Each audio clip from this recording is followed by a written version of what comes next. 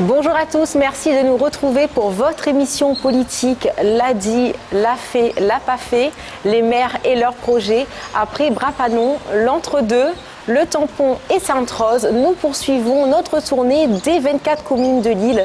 Yves Montrouge, bonjour, nous sommes aujourd'hui à Saint-André. Bonjour Julie, Saint-André, effectivement, commune de près de 57 000 habitants, située dans l'est de l'île, raison pour laquelle il pleut aujourd'hui, puisque nous sommes dans l'est, région verdoyante. Saint-André, où le maire Joé Bédier a été élu en juin dernier, en battant Jean-Marie Virapoulet de 52,2% de suffrage.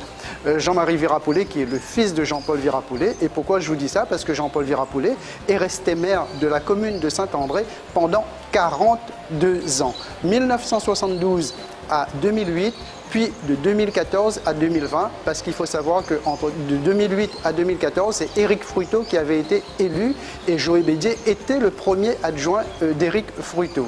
Donc Joé Bédier, un nom que vous connaissez également, puisque sa réputation a dépassé les frontières de l'île. Rappelez-vous, et la petite histoire vaut son pesant de cacahuètes, c'est suite à une rixe dans un hôtel de Saint-Denis, une rixe avec Néouda et Ricardo, des prénoms qui vous parlent, ce sont les anges de l'enfer. Voilà, mais nous ne sommes pas ici à Saint-André, Julie, aujourd'hui pour parler de télé-réalité, mais bien des projets de la commune.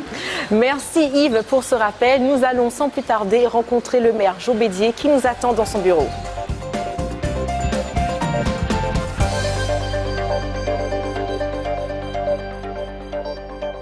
Bonjour Monsieur le maire, merci de nous recevoir aujourd'hui dans votre bureau. Je rappelle que vous avez été élu en juin dernier avec un peu plus de 52% des suffrages. Avant d'entrer dans le vif du sujet, pourriez-vous nous dire en 2 minutes quelles sont les actions significatives que vous avez réalisées depuis votre élection? Actions significatives, alors moi je tenais absolument dès mon arrivée à marquer le coup sur quelque chose qui me paraît essentiel, c'est-à-dire réparer certaines injustices. Alors, la première des injustices, c'était de revoir un petit peu tous ces bas salaires, puisque vous savez, j'ai dû revoir les salaires de certaines personnes, et pour la plupart des femmes qui travaillaient depuis 42 ans et qui ne percevaient qu'entre 690 et 850 euros. Ça, j'ai réparé, ces personnes sont aujourd'hui à minima au SMIC, et pour ceux qui partent à la retraite aussi d'ici peu, j'ai mis une petite monnaie, comme on dit, sur leur salaire. Ça, c'était la première grosse injustice que je voulais réparer. La seconde, c'est que j'ai pris la décision de supprimer toutes les voitures de fonction. C'est une injustice. Pourquoi on donnerait des voitures de fonction? Il n'y a aucune loi qui nous oblige. Donc, ça nous fait faire des économies, mais en même temps, on se doit aujourd'hui, lorsqu'on gère les deniers publics, eh bien, de se dire, mais il faut gérer en bon père de famille. Et rien que pour vous donner un chiffre, sur la mandature précédente, on a acheté pour pas loin de 3 millions de véhicules. On a eu pour presque 900 000 euros de réparation de véhicules et pour pas loin d'1 million de carburant. Voyez-vous, c'est là-dessus que je voulais marquer le coup dès mon arrivée en mairie. Et puis, depuis, j'observe, je fais des diagnostics et dans pas longtemps, je vais mettre en place une réorganisation de nos services avec quelques changements notamment. C'est exactement le principe de cette émission, effectivement. Donc vous savez où vous allez et nous allons le voir au fil des années.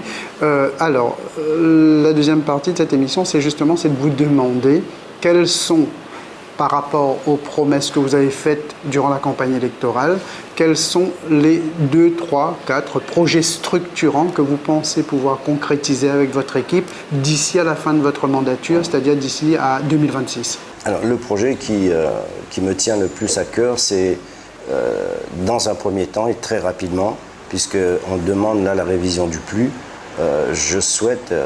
le plan local d'urbanisme. Le plan local d'urbanisme afin de pouvoir disposer de terrain pour mettre en place des zones d'activité économique. C'est primordial pour moi.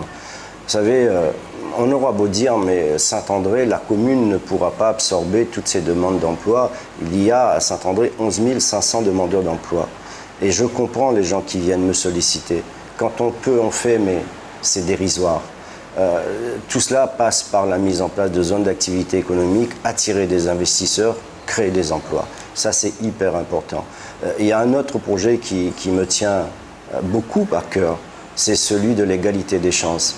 Je veux mettre les moyens dans les écoles pour donner toutes leurs chances à ces petits-enfants aujourd'hui, pour une raison ou pour une autre, qui n'ont pas cette chance d'être accompagnés comme il se doit scolairement.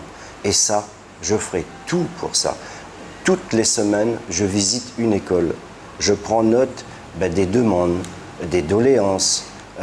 Et je veux améliorer les écoles, mais je veux mettre aussi les outils dans les quartiers parce que ces enfants, il faut absolument que je les accompagne parce que, vous le savez comme moi, c'est quand ils sont petits qu'il faut leur donner toutes leurs chances et non pas après.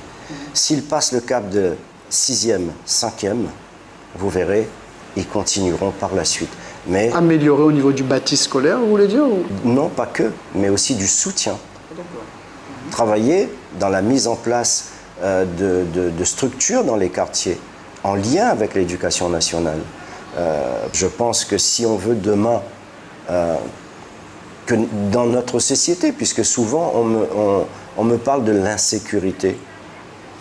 Qu'est-ce qui fait l'insécurité? Vous savez, si un enfant est formé, si un enfant est dans une activité, il ne sera pas dans la rue. Et lorsqu'on aura mis en place les outils au niveau de l'éducation, au niveau du sport, de la culture.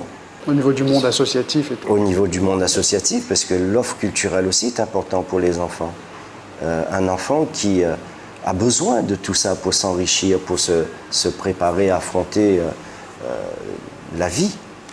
Et donc voilà, c'est sous cet angle-là que j'envisage. Ça, ce sont des choses qui me semblent importantes. Je ne vous cache pas que ne comptez pas sur moi pour vous parler de grands projets pharaoniques.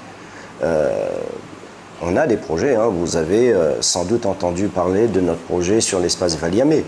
Parce que moi, je considère que Saint-André est une ville à fort potentiel et qu'on doit absolument, sur là où c'est possible, puisqu'on a du foncier disponible, et sur cet espace, moi, je veux montrer que c'est capable, que si on a des offres, les gens resteront ici. Aujourd'hui, ce n'est pas le cas. Lorsqu'on a envie de s'amuser, on part. Lorsqu'on a envie de manger, on part. Lorsqu'on a envie un peu de loisirs, on part. Donc voilà. Donc la maison Valiamé, vous l'avez évoqué, c'était au conseil municipal du 18 décembre dernier, c'est de transformer ce site en un vaste jardin avec au milieu un restaurant gastronomique. Pas que. En fait, je disais que la cerise sur le gâteau, c'est la maison Valiamé, hein, c'est notre patrimoine, avec ce grand jardin où on pourrait faire de l'événementiel. Mais c'est sur un espace qui fait 8 hectares. Donc c'est sur ces 8 hectares on fait un appel à projet pour appeler les uns et les autres, les investisseurs, pour créer des restaurants, un cinéma multiplex, on est des gens pour parler, des lieux pour les enfants, un espace de vie, et ça ne sera pas le seul, puisqu'on est en train aussi de dialoguer, d'échanger avec certains investisseurs pour d'autres lieux. Mais comme vous le savez, je le dis assez souvent, j'ai presque envie de dire le nerf de la guerre, maintenant ce n'est plus l'argent, c'est le foncier. Donc il faut nous laisser aussi ce temps Moi j'aime pas faire dans la précipitation, parce que souvent quand on fait dans la précipitation, il y a un exemple aujourd'hui qui est parlant. Un jour, allez-y faire un tour et un reportage sur le parc du Colosse. On a mis 17 millions là-dedans. J'aimerais bien qu'un jour on fasse vraiment un diagnostic et aller voir combien ça commence déjà. Là où il y a le parc, les jeux pour les enfants. Vous ne parlez pas que des herbes là autour, non? Non, les équipements même. Les équipements, ça commence à tomber en ruine. Parce que ça a été fait dans la précipitation, souvenez-vous. Il ne faut pas non plus traîner pendant 150 ans, hein. On est sur une mandature de 6 ans. Mais en même temps, il ne faut jamais faire les choses dans la précipitation. Et ensuite, il y a un projet aussi qui me semble vraiment incontournable pour une ville de 60 000 habitants. C'est notre cité des Arts, là où il y a l'espace Loupi, la salle Guy Alphonsine actuellement. Quand on se formera, on appellera ça autrement, c'est rue de la Gare. L'ancien cinéma de Saint-André. Avec la grande maison Loupi, sa grande cour incluse dans cet espace de la rue de la Gare, avec un grand AART, pour que demain on puisse proposer de la culture, de l'art. Et vous allez me dire, je me focalise beaucoup sur les enfants, mais je pense surtout à eux. C'est l'avenir. C'est ça, c'est l'avenir. Bien sûr que ça profitera aussi aux adolescents et aux personnes âgées. Mais là où ça me fera le plus plaisir, c'est de pouvoir sortir les enfants aujourd'hui dans cette misère culturelle et leur montrer des choses auxquelles ils n'avaient pas l'habitude. C'est mon rêve que même demain, pouvoir, là où aujourd'hui il y a le Covid, mais mon rêve c'est demain que ces enfants puissent assister, je sais pas, à une opéra, à un grand concert de musique classique, à des vernissages, des expositions de tableaux. Ce serait formidable. Ce serait formidable que de pouvoir offrir ça à nos enfants qui malheureusement n'ont pas l'habitude, sauf ceux aujourd'hui qui ont la chance de vivre dans des milieux où ils peuvent. Mais quand on est mère, on a le souci du grand nombre. Ok, j'aurais dit, est-ce que donc, vous avez bien compris le principe de l'émission? Est-ce que vous êtes d'accord si donc on retient aujourd'hui révision du PLU, le développement du secteur de la Maison Valiamé, tout ce qui est culturel par rapport à la rue de la Gare et les écoles également, l'éducation, les enfants. Donc on retient ces projets-là aujourd'hui. Et le principe, je vous disais, c'est qu'on revient dans un an, quasiment jour pour jour, dans ce bureau avec vous, si Dieu nous prête vie, évidemment, avec Julie, et on refait un point d'étape, d'accord, dans un an, et ce sera ainsi tous les ans jusqu'en 2026. Voilà. Dieu vous prêtera vie à tous les deux. Merci, monsieur le maire, de nous avoir reçus aujourd'hui à la mairie de Saint-André. On se retrouve lundi prochain dans une autre commune de Lille. Prenez soin de vous. À la semaine prochaine.